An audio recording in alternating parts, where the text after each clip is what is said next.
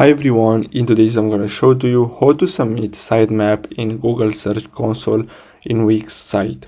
So basically what you have to do is simply go to marketing and SEO and then click on SEO, and after that you have to simply click on connect to Google and then simply go to SEO checkup list.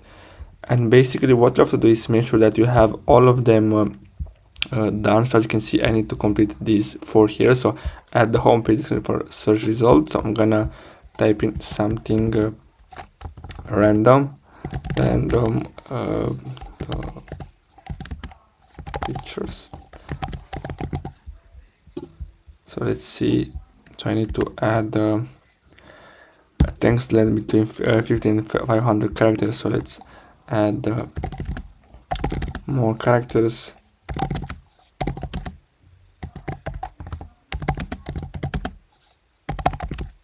And now click on apply, and after that you have to go on and move to the next one. So that takes to the home page.